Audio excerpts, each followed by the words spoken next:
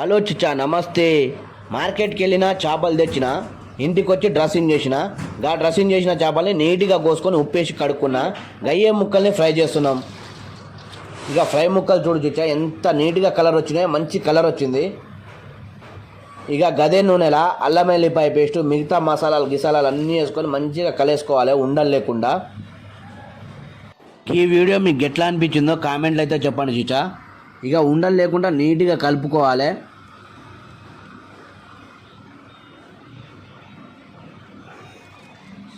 ఇట్లా కలుపుకున్నాక ఇక చేప ముక్కలు వేసుకొని మంచిగా కలుపుకోవాలి చిచ్చా.